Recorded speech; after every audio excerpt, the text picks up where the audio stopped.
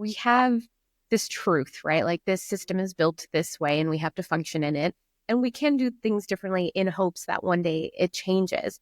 But for right now, I exist in this system and it's built this way. And what I had said to you the other day was, and it is what I tell myself, I'm never going to fit in, so I might as well stand out.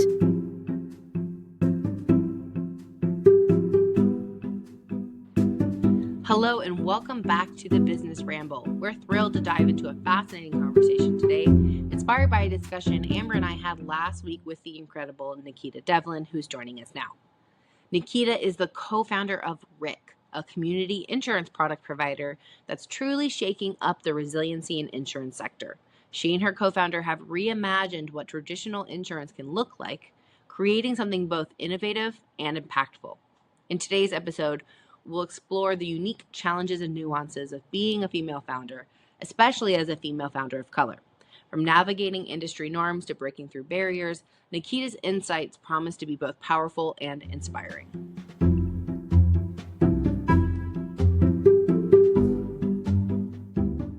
Nikita, we are so excited to have you here today. Thank you so much for joining us. To kick things off, we would love to just hear a little bit about yourself and RIC and the work that you're doing there. And I really would love to know what inspired you to take such an innovative approach to such a traditional industry. Yeah, so just a little background on myself. I've had 15 plus years in the insurance sector. I really found a love and a passion there of blending the use of technology and data to think about these insurance models and how they can have impact for communities, especially at the intersection of climate change. So it was actually on my maternity leave when I was staying up late with my son. You know, you spend a lot of hours away, and I had always had the idea of how do we blend technology and use sort of what's now really readily available to increase insurance in communities, but really aimed at the folks who need it versus my lengthy background and experience in the industry was working for the commercial sector. And I always felt that like we had these really powerful financial tools that were available to the commercial sector, but not available to the individual. And it was late night and I was tired of watching things on Netflix, and I started sketching out what would this actually look like? What could a product that is helpful to an individual versus like a major corporation look like?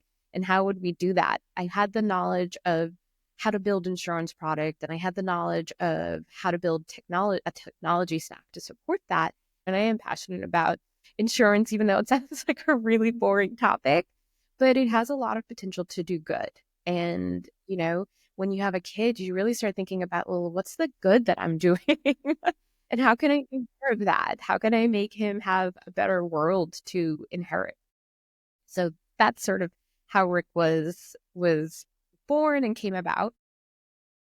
I love that.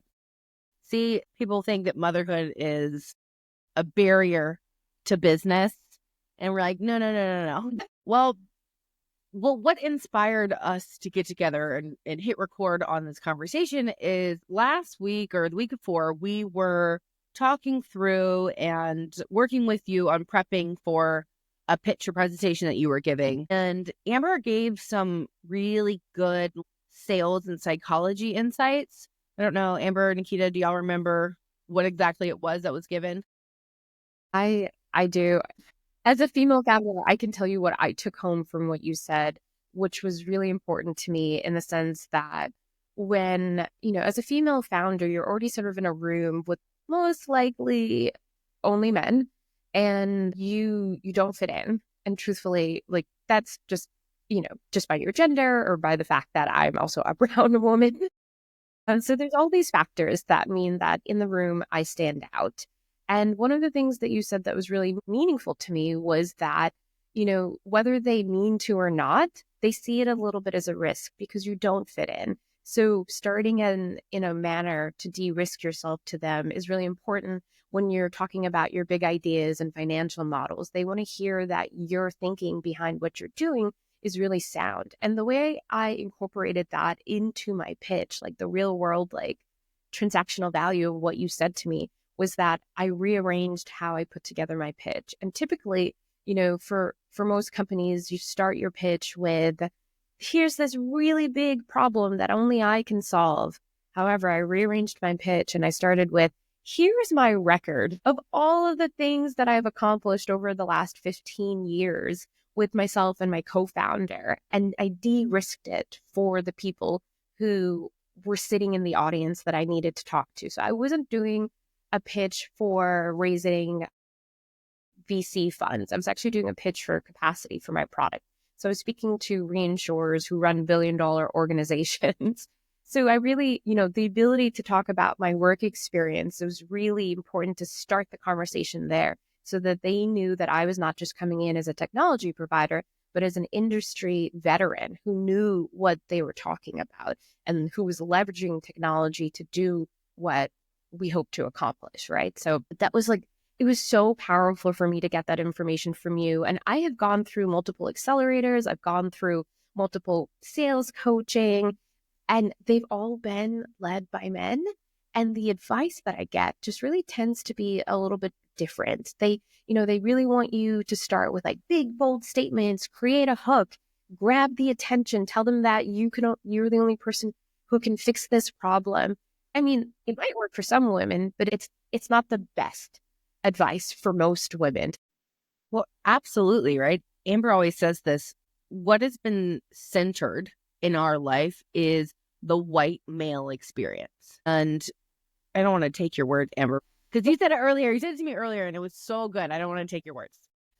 Yeah, I mean, our understanding of what's quote unquote normal is the white male experience in Western culture. And we have centered that in a way that anything that deviates from it feels different, wrong, you know, out of the norm, because dangerous because this experience or the one perspective has been essentially said, this is what's normal. This is the baseline. There's a great book called Invisible Women that I highly recommend people read. And it talks about how this plays out in even down to crash tests for cars were only tested on men. When we look at bus routes and communities, they are developed with the understanding that a man's going to get on the bus, go to work, get back on the bus and come home. It's a to and from, not considering the fact that there are caregivers or women that might be going multiple places. And so now they have to take multiple buses and it takes them longer. We see it in medication, how medication is tested. It's typically only tested on the male body because the female body is very complicated and complex with hormonal changes. And when we look at work, again, the tradition or the historical context has been the man does this, their perspective is the one. And it's not that their perspective is wrong. It's just one perspective. And in fact, the reality is it's the minority perspective for the globe. The global majority is not a white man. And half of the world's population is female or presenting. And so when we talk about sales or pitching or any of that, and we continue to look at it from one perspective, and we don't acknowledge the fact that there are diverse perspectives that have other incredible benefits to it and different ways that aren't wrong or bad, they're just different. And our brains read different as danger. And so the neuroscience behind it is it immediately puts us into that fight, flight, fawn, or freeze. And so we have a reaction because our bodies are designed to protect us and our brains are designed to protect us. And so when we initially come into, your traditional sales trainings, it is very like, I'm going to make the cold call and I'm going to do it. And I'm going to call and I'm going to be like, no. And I'll watch these sales training guys on Instagram or whatever. And they're like, here's the objection, fight the objection and da-da-da. And I'm like, that makes me want to panic. It's not who I am as a person. I'm a highly relational person. I genuinely, when I get on a sales call, I forget that I'm on a sales call. I'm like, how are you? How's your day? What's new? Just because I'm relationally wired. And instead of fighting that and saying that's wrong, what I want to do is lean into that. And I want to acknowledge, and It's frustrating that the reality is, as probably one of the most qualified people in the room to talk about what you talk about, you have to prove that you are the most qualified person in the room. We've fallen into this complacency out of fear as a culture of what I call like not naming the elephant in the room. It's where the whole I don't see color thing came from, where what happens if you don't call a spade, then we can't actually address anything. There are systemic issues that drive a lot of this. But if we don't acknowledge that there is a different experience for you as a woman and a woman of color, we can't do anything about it. That is actually more dangerous than saying something. It's dangerous to pretend it's not a problem. And it's dangerous for you from just purely from business standpoint, because if we don't acknowledge that your existence and that you are perceived very differently, we're not helping you. That's detrimental to your business because you're going to try and fit in a box which was not made for you. And we are setting you up for failure in doing so. So we have to say, hey, the reality is less than 1% of funding goes to female founders of color. That is the reality. Does that mean you need to go have a white male co-founder present for you? Absolutely not. Because we've been told that, we've heard that through other founders, and we've heard other people give that feedback. But what it does mean is we have to get in front of it. I say this in PR all the time. We have to control the narrative and get in front of the story. And Nikita, by the way that you went in there and you started with, let's just get this out of the way, right? You did that. You controlled that story.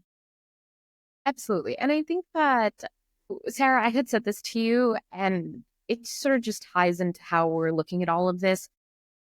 We have this truth, right? Like this system is built this way and we have to function in it. And we can do things differently in hopes that one day it changes. But for right now, I exist in this system and it's built this way. And what I had said to you the other day was, and it is what I tell myself, I'm never going to fit in, so I might as well stand out. Amber, the advice you gave me for the pitch about de-risking myself to folks, it really helped me stand out as well. I was the only one who was doing their pitch starting from that sector. And if you're a VC, you've heard, like, at this point, thousands of pitches. And to be able to stand out by the necessity of having to start in a different place helps me.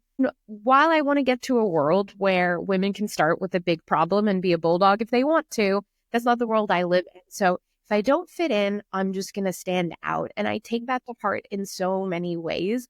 As a female founder, one of the things that I realized that I needed to do, and this is just something that is so minimal but has helped me, is that for the most part, when you go to a tech conference or an insurance conference, both of which I go to a lot of them, most people are dressed in dark blue suits or black suits or gray suits. I always, for the most part, try and wear white or a bright color because I will never fit in. I'm never going to be a 6-foot tall white guy. So I might as well be the brightest color in the room so you can come find me if you need to. And it's just something so simple as just like embracing that. Like, do I hope that there's a world one day in 20 years from now where tech conferences are filled with women in colorful placers? Yeah, absolutely. But that's not the reality that I live in. I think that we do have this problem, but it's always like part of your mindset as a co-founder or as a founder is problem solving. So here's this very real problem, and how do I make it work for me? So that is one of the ways that I've sort of internalized that information. And one of the other things that I also take to heart when I think about how I present myself or how I present our company, and a way that I see it as a benefit, is that the world or insurance and technology, you sort of just talked about all of this, Amber, you talked about all the systemic ways that women weren't taken into the consideration, both in like medical insurance or, drug testing. One of the ways that, because of that, the world for women and for women of color has been unhospitable to us, right? Like it's not been the most welcoming world to us. But the upside of that is I'm not weighed down by nostalgia. So if I'm not weighed down by nostalgia, that means that my brain is the best suited to build towards a future, right? Like that's something that I feel like if you're, you're talking to folks that you're pitching your company, you're pitching your big idea. And I do think that it's an opportunity as women to highlight that back to these VCs in the sense that like, I'm not weighed down. That world wasn't built for me. So part of why I'm doing this is because I am building a world that's more hospitable to me. And my thoughts are untethered by some of this nostalgia that might hold back some of your male CEOs. Like, so my vision's going to be bigger and it's going to be broader. It's going to be brighter than some of what, some of the guys might be bringing to the table. And I think there's a real opportunity to embrace that as a female founder. And, you don't have to say it as an attack dog, but you can say like, hey, nostalgia's not holding me back. Like, I can only go forward. I'm the better shot. And we see that. We see it in the fact that female-led companies exit faster. They typically raise less money, but they do more with it. They achieve unicorn status faster. So the data backs up what I'm saying. There is a lot for women to, if we lean into, we're not going to fit in, so we might as well stand out. There's a lot there for us. Keep that close to you, and it'll push you forward. Love the phrasing on that, right? That it reminds me a lot of the conversations that Amber and I keep getting asked, right? Why is it what we're doing working? Which in of itself is probably not something that would be asked of a man. And it's taken me actually a little bit to realize this because I'm so used to the question. Like, it happened twice in 1 week. It's just a question. But a lot of times our answer is to it, we don't assume anything. We don't have this based nostalgia that you're talking about where we're leaning on and we're assuming. And she and I were not formally educated in business, right? She was in communications. I was in biology, health sciences. It's very different than what we're doing now. But that's part of the reason why we think it works is because you don't have me coming out with my MBA, which is fantastic, by the way. Like, this is not a disparaging comment, but I don't assume that the founder knows that. And Amber is like, well, let's just double check. Let's just dive in. I'm just going to ask you the question. You may have already done it, but let's go ahead and cover our basis. And we start really elementary and rudimentary. And I think that is something that is incidentally skipped over, even in accelerators and these support systems that do such a good job of helping founders really develop aspects of their business. But in doing so, we forget that this was started by duct tape. You didn't become a founder knowing how to run a business. You became a founder because you knew insurance and you knew there was a problem. Mm-hmm. And I think that right there is, you just really loved your phrasing and you're not held back by the nostalgia of it. Because we feel like we're not held back by traditional teaching. Absolutely. And I would like to give credit where credit's due.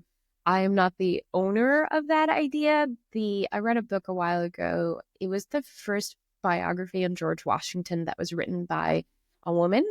Thousands of biographies written about George Washington, but it was the first one that was written by a female historian. And it was her perspective that, like, the past, the history wasn't hospitable to women. So she wasn't held back by the nostalgia of the good old days for George Washington. So, and as a historian, your job is to tell the truth, right? Like, as it was.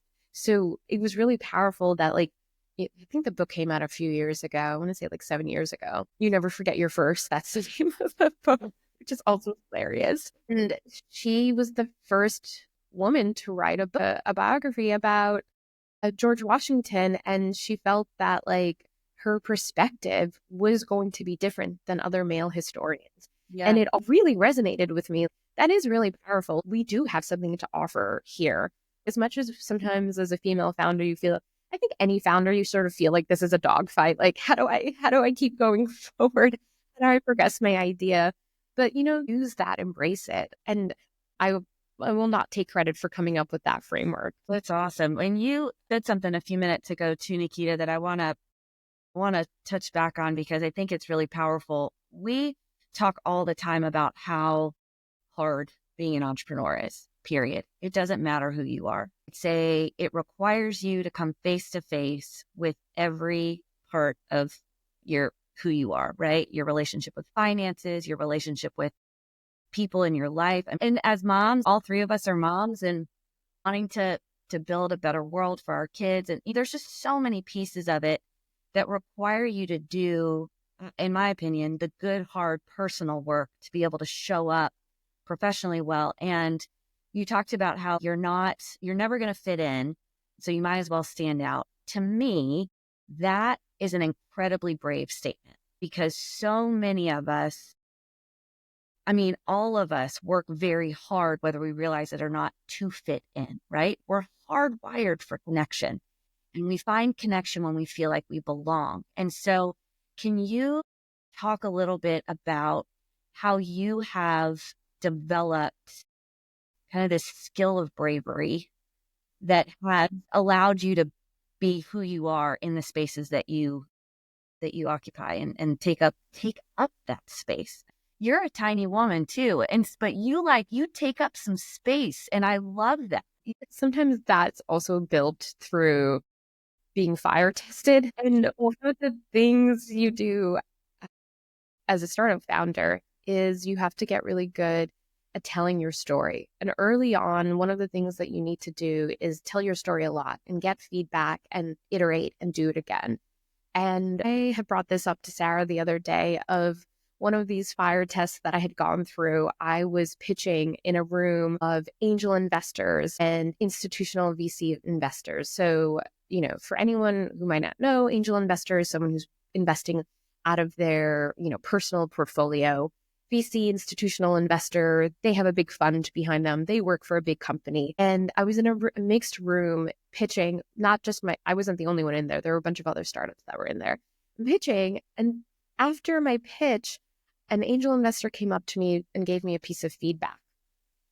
And I'm sharing this because the feedback was not to discredit him or to make him feel bad, but the feedback was quite interesting.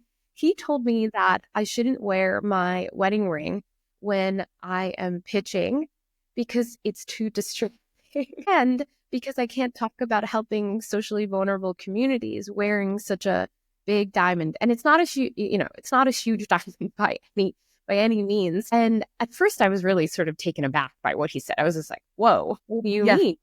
Like, I was very much in the mindset of take in all this feedback, iterate. But I do think that some of that fire testing and forging you have to do within yourself and finding your own confidence is figuring out whose feedback to take. And he said it really genuinely. And I think that he said it really earnestly. And what I did take away from what he was saying, and if there's any guys out there that are listening, and if there are any women out there that are listening, I think his feedback was important in the sense that if I was a guy wearing $100,000 Rolex talking about helping socially vulnerable communities, yeah, maybe that might not go over well. But his feedback wasn't great for me because I can still talk about socially vulnerable communities and wear my wedding ring, which was a piece of jewelry bought for me, not something that I purchased for myself. And it doesn't diminish what I'm talking about, right? It's part of my story too. And I think it also highlights the fact that I have the ability to connect with people. I've connected with my husband. We're now married, right?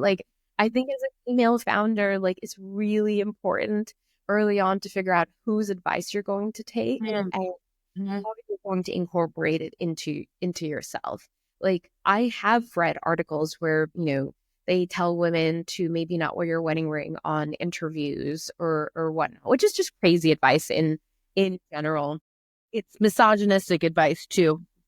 But I think that even in getting that bad advice, there's still an opportunity to learn and to sort of take it in, and it helps you build the code of conduct you want to have for yourself. And early on as a founder, and I think this is men or women, you're just given so much feedback that you really have to get really good at parsing that feedback really quickly. And I think specific to female founders is that you will be judged on how you're presenting yourself. So you do have to make sure that you figure out how to tune out some of that noise in that moment, there were institutional investors in that room that I could be speaking to, right? As I'm hearing this piece of information that has nothing to do about my company and nothing to do about the people that I want to help, I could have latched onto that and let it be a distraction. But I thanked him and moved on to the people who were most likely going to help me. It wasn't, most likely not going to be him. I think that there is this opportunity to also really listen to the feedback that you're getting from your investors. And if the feedback early on is not aligned with your moralities and not aligned with what you're looking to achieve in the world, don't take their money. There will be someone else who's right for you, who's right for investing in your company. So I do think that a lot of those early experiences, don't dismiss it. Figure out how you can use it to build this better version of you and this better version of your company. And don't apologize for it either, right? Everybody starts in this place of not knowing how to do these presentations and how to get the story going. So I think for men and women, don't apologize for it. I think men probably apologize less for it. But yeah, if you're a female founder, like just own it, where it's a very humbling experience to sort of put yourself out there on that stage. And just to circle back to what you said about me not being this very tall person, I think that there's all of these things that can throw you off your game a little bit if you're a woman, because this world is physically not built for you. And one of the things I thought about was we saw each other just a week ago, and I was presenting and I had the opportunity to stand in front of a podium, and I wasn't wearing my heels that day, which I normally do because I'm pretty short. And I barely cleared the podium, and it threw me off my game a little bit, because when you feel like you have to tippy toe to get over to reach the microphone, I mean, just own it. Know that there's going to be this emotional energy and this tax that you're going to have to spend on making sure that this physical environment is right for you. And it threw me off my game a little bit when I started pitching, but then I've done it enough that I was able to realize I'm just going to step outside of this podium. And I did. I stepped outside of it so that I wasn't feeling like I had to tippy toe to see the audience. And, you're going to get better at making those small game time decisions of how to make yourself more comfortable in these situations that are always going to be new. Every pitch is going to be different, and every room you're in is going to be different. So owning who you are, embracing it, means that you'll be able to make those game time decisions that you need to make. And so really, you're building a fabric of strength and, progress as a founder. I really resonate with that a lot, Nikita, because in the opposite direction, so I'm 5'7", which is not overly tall, but I've never been a small woman, ever. I was always taller than everyone else. I always weighed more than a lot of my friends. I have larger busts than a lot of them. I can't make them go away, much to some people's chagrin. They're there, right? Had times where Amber and I both have had our clothing policed more than once with regards to, she also is blessed in the boost department, and, people have said things about that. And I'm 31. I have been for most of my life. It's changing now that I'm post 30, but I spent a lot of my career, we started at 19, as the absolute youngest person in the room. And I remember going to my mom and being like, I'm so young. I'm afraid to tell them my age, because people didn't always know, right? She's like, you don't need to tell them your age. It's not their business. If you have something valuable to say, your age is not going to change that. But my mom also taught me very young. She goes, no, you do not live your life by other people's standards, but yes, you have to play the game. And whether you like it or not, people are going to judge you by how you look. So go in, pick an armor that makes you feel fantastic, and move forward with it. And for me, that was blazers. And they're still my thing, right? No matter what I'm wearing, I throw a blazer with it, and I'm like, oh, you come at me, please. And it's one of those things that puts you as a female, and as a young female, for me, it put me into feeling, yes, I can own my authority in space. And you do need to listen to what I have to say. And I've learned to continue to infuse my own style in there and not just make it just be a regular blazer. It can be I have a very shiny gemstone studded black blazer that I absolutely love, that I wear with jeans and a t-shirt and pointy heels, and I feel fantastic in it. But you're right. You have to lean in and know to make the changes that, one, works best for you, but two, makes you feel good. And I struggled with that truly once hitting 30, and I'm about to turn 32. So last 2 years, really, I've hit this milestone, and now I can kind of like let go of it. But so much so, owning a business, and I was like, well, I'm 27. Can you bring me in to help you? You've owned your business for 20 years. This is a weird thing to kind of get through, and you have to just be willing to trudge and be willing to keep going. And I had somebody tell me, like, well, you shouldn't cuss. Okay, well, if I can't not cuss for my kid, I sure heck not gonna be able to not cuss for you. I'm so sorry. I will try to be more respectful with my language, if you're offended by it. But it wasn't even a client. It was just some quote unquote well-meaning individual giving me feedback. Right.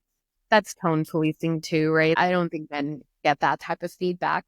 And I think that for a female founder, you really have to figure out who you're going to let take up mental space in your head, right? Imagine if you were walking into every meeting trying to remind yourself not to curse. That is not what you need to be focusing on heading into Correct. that meeting. And I think that for you talking about the blazers and how you have found what your armor is, like for men, they have like 5 suits they can choose from. It doesn't take up any space in their head how to get dressed to be taken seriously, right? Like they have a uniform. And I think that like for women, we have to build our uniform. And it sounds like you've done that. So like check that off your list of like, great, that's not going to take up any space in my head. And it helps you walk into your meeting, any meeting that you're going to be in, more comfortably. You just have to say that like, your business experience, even if you're younger than maybe some of the people you're sitting in front of, like that's not true. You've lived in this more modern world more deeply than they have, and you have something very important to offer them. I think that there's also this opportunity to sort of look at this world that we live in a little differently. Sometimes with men, like as they age, they get to be a little dismissive of age in the sense that they think that someone is younger and dumber. I view it differently in the sense that as a woman, as I age, the way I look at the world has changed a little bit, but I will never be dismissive of someone younger because they've grew up and lived in a different world than I do. And I do think that there's this opportunity as female founders and hopefully the next generation of corporate executives to sort of fold that thinking into how we look at who we hire and making sure we incorporate a younger generation's viewpoint into how we're building our path forward. So I hate that you were so dismissive of yourself. And I want to say that that's a strength, that it's a strength that you were able to bring to these companies who, what they're doing might be a little stale and you're bringing in this new perspective. And I think as founders of any company, we should always be looking to say, what is the next generation talking about? And how can we involve them that's in an appropriate way in the conversation?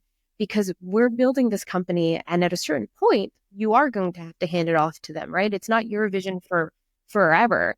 So making sure that you have a pathway to incorporate younger voices in what you're doing, I think is really important. And I think it's something that I personally feel like women are really good at doing that. Like we're always willing to hear all the voices in the room, and we don't need to overtake all the voices in the room too, right? So when we talk about future building, this is why I think that female-led companies also have this benefit of us being able to incorporate more easily that youthful voice into what we're doing, because we don't have to look at it as a threat. We already know that that's going to be a benefit to us because we have no nostalgia, right, about that past, right? We can only build a better future. So we're already primed to sort of know that that's of benefit to us to listen to what that youthful person is saying and figuring out how that can apply to the work that we're doing.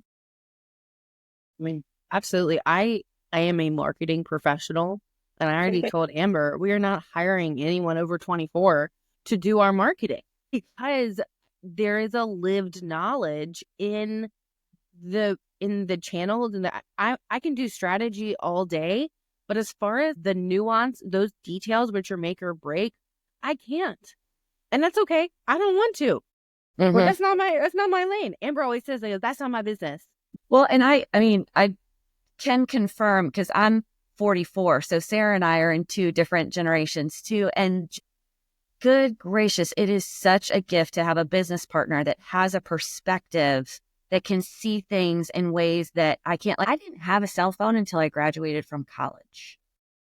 It wasn't a thing. And when my first cell phone was a flip phone and you had to pay for like every text.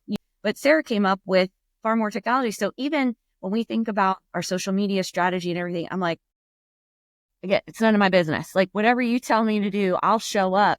But I don't have the same perspective and framework to understand. I'm learning. I have teenagers, so I know a whole different language.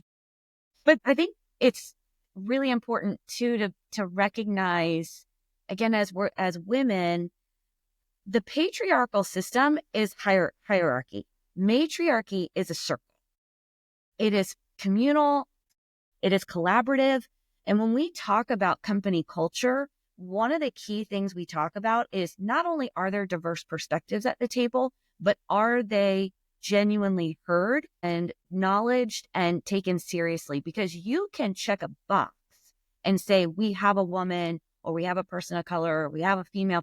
You can check a box, but at that table, if the opinion is stated and never taken seriously, and that diverse perspective or that differing perspective is not taken seriously, the culture of your company is not going to thrive. It's just not. And even if it's all men sitting around the table, which can be problematic, there's still diverse perspectives there. If one person is always saying, this is the way, that can get really, really challenging. I think it's important to also just acknowledge that as we age, we come with our own biases, and like to circle back to why I think some of these youthful perspectives are going to be really interesting to business. I think about things like crypto. I think about things like blockchain, and I think about things like AI. And we're living through this world right now where all of these new technologies, they come in really hot. There's usually a scandal, right? And there's this really big cycle. But I think about the next generation of leaders that are growing up right now who, from the get-go, they've heard about AI, they've heard about blockchain, and they've heard about crypto. And their memory of some of these scandals, if you look at with FTX and crypto and all of that, like, there's those scandals might not resonate as deeply with them because they were a little bit younger when it was happening. But my bias is, oh my gosh, crypto is so unsafe. I mean, it's not. What I'm saying is, let's hire that 24-year-old who doesn't come with that bias against these new technologies and hear what they have to say about how they think it's going to impact the future. That's, as someone who works in the insurance financial technology sector, for right now, for our company to be talking about crypto or to be talking about blockchain, that's probably not something that we can do, because the folks that I'm selling to are going to be equally as a little hesitant about that. But in 20 years from now, the market's going to change. The kids that are growing up right now, they might want to hear that we're backed by some USDC crypto, a crypto fund, right? Because they're like, yeah, that's more democratic in the way that we're organizing our financial outlook of our company, right? Like those. Yeah. So absolutely. I think that there's that flexibility that I think is built into women because we need to be flexible to survive. As a founder, I never want to lose that. And I think that just tying back to what you were saying about making sure you have diverse perspectives in the room, I do think we end up thinking about it really deeply. And that's why we are able to bring such diverse perspectives to the table. Well, and I think we would be remiss if we didn't take some time today to hear a little bit more about that perspective and what Rick is doing in the insurance world and in parametric insurance, flood resilience, all of those things. Tell us more about your product and how I view you're changing the world. Absolutely. So what we've done is we've built a technology platform from which we hope to launch parametric insurance products. And for those folks who are listening who don't know, they've never heard the word parametric before. Essentially, the way that these insurance products work is, did event A happen? Yes or no? If yes, here is a predetermined amount of money. And you can liken it to Aflac. Did you go to the emergency room? If yes, here's this, $500 to help you towards that bill. And where Rick is looking to work is in the climate change space. We know that, because of climate change, we're seeing more frequency of these events. We're starting with rainfall flooding, but there's also, when you look at climate change across the map, it's wildfire, it's flooding, it's hurricanes. There are all of these events that are happening more frequently in communities. And we know that by increasing the financial liquidity of a community post-catastrophe, we can bend that cost curve down and make the folks living in that community more resilient. So I said some like jargony words there, but essentially what that boils down to is, if we can get cash into these communities faster, people can recover more efficiently and faster. And what that breaks down into is, you'll pay less taxes at the end of the year, because if there's more insurance in your community, the less of it becomes a problem for the municipality to have to, raise funding to pay for repairs through tax dollars. So with us and how we're looking at things differently is, a lot of these parametric products used to be really available only to larger purchasers of insurance. So think big commercial companies. And we're leveraging technology to be able to offer these products to a renter or to an individual household or to small commercial businesses. So it's really about taking these financial products that have worked well for a long time for major corporations and infusing it into a community at the household level and making it affordable and available to these individuals. So we're starting with rainfall flood, but our products will all be under $50 a month with an estimated max payout of $10,000. So really trying to keep it in line with what people can afford monthly and how much money that they'll likely need post-catastrophe to help them get through the first couple of months. And what's unique about what we're doing is that these products are not just tied to property damage. When you think of wildfire flood, you think about, oftentimes it's just your property that's covered through insurance. But with parametric products, we're able to say, this $10,000 that you're going to receive can be used not just to replace anything that's physically damaged, but it can cover financial losses too. So if you have to miss work, if you have to hire a babysitter, if you have to, put gas in your car from 3 towns over and it's quadruple the price it normally is, those are all financial losses that you're incurring. And you can use this payout to cover all of that. And you get the money in your bank account because we know that you're the best person to figure out how to spend that money the most effectively and efficiently. And that's really flipping the insurance paradigm on its head. Because typically when you have a loss, you have to go through a multiple month-long journey with your insurance person and prove to them that you've had all of these losses. What we're really looking to do is, let's flip the script on that. Let's give you the money. We know that you've likely had maybe potentially a larger loss than the $10,000 that we're giving you, because this is a big event, a big extreme weather event that happened in your community. But we also know that you're more efficient and making that $10,000 stretch and work for your household than us if we came in. We're really coming in with this mindset that we trust our customer and they know what's best for them. And I think that that's something that I want to see more of in the insurance industry. And to do that, we need more parametric insurance products being offered at mass into renters, homeowners, and small businesses. So that's really the perspective from which we come to. How can we support a community with these financial tools? And how can we make sure that these financial tools are flexible for the real world, right? Not the world that insurance companies think we live in, where we keep every single receipt of everything we've purchased. When we first met and we were learning about parametric insurance, which I had never heard of, and we were talking about, you has said a phrase that has stuck with me the whole time. You said it restores the might of the community. That is huge. You are putting agency back into the community and allowing people to be able to make the best decisions for their families and for themselves, which is huge, especially after a major disaster. To be able to say, look, and we saw it with Helene, like people couldn't evacuate because they couldn't afford it, and so this would allow people to be able to evacuate or, again, cover kind of those initial costs that they probably don't have access to that capital. And you're restoring the might of the community was one of the most powerful things I've heard you say. And as you talk about it, because that's exactly what you're doing. Thank you. Real quick, Nikita, tell me how this is different in the way of how we even take on a policy like this. So what we have seen with our current insurance culture is that I, as an individual, recognize or am mandated that I need to have insurance for this, whether it's my car, my house, whatever else. I have to now go and I shop around and I have to see what I qualify for and can afford to get on a monthly basis to cover what property I have.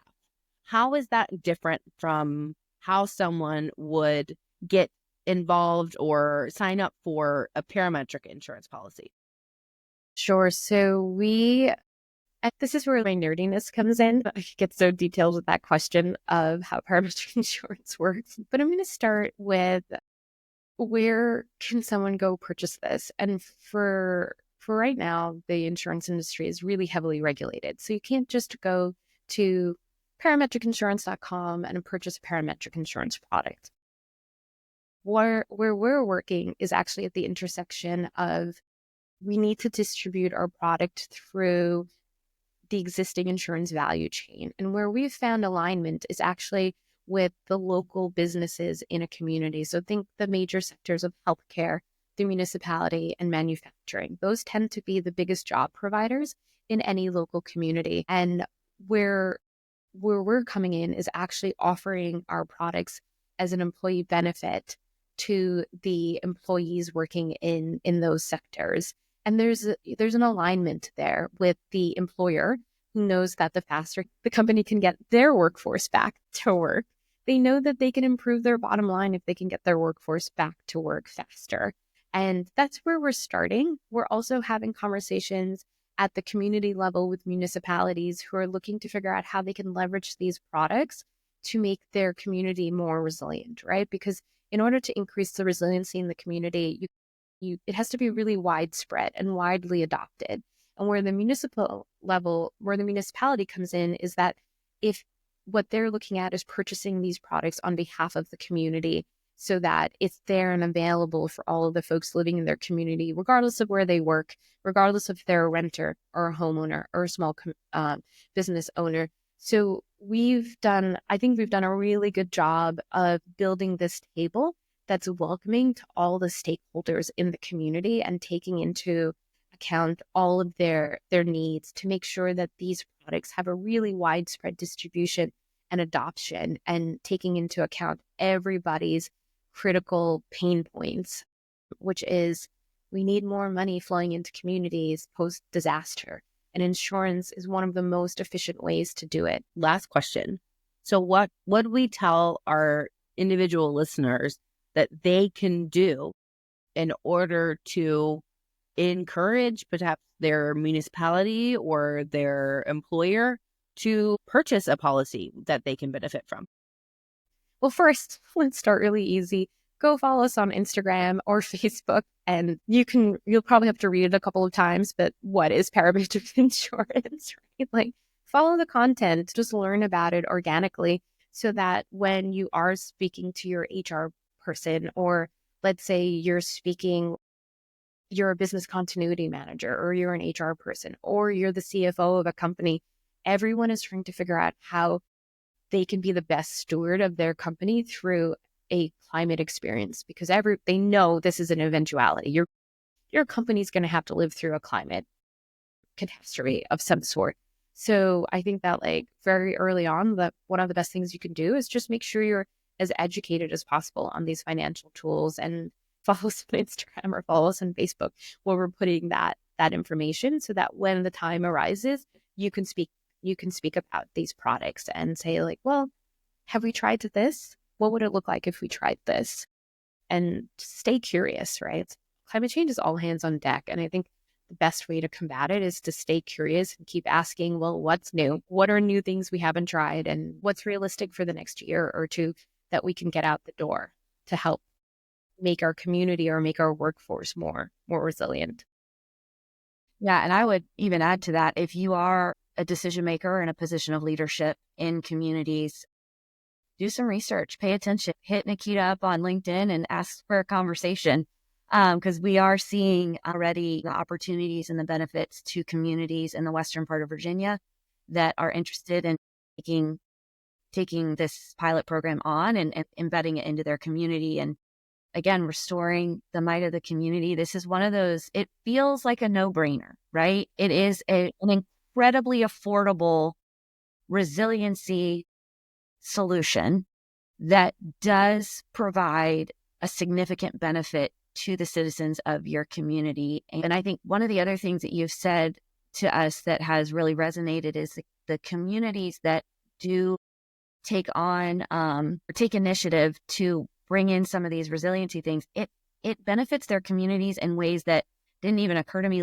Their credit score goes up as a community. They're able to then leverage insurance and this insurance product in a way that provides potentially other funding or opportunities because they're able to show that they've put in place resiliency solutions and ways to mitigate some of the catastrophe and the rebuilding. So if you are a decision maker in a municipality or a first responder or any of that, speak up and have a conversation because it can really benefit your community. Yeah. Well, thank you so much for your time today. This conversation, I always love chatting with you, and this was absolutely no exception. Thanks again for being on, and listeners, just remember, insurance is sexy.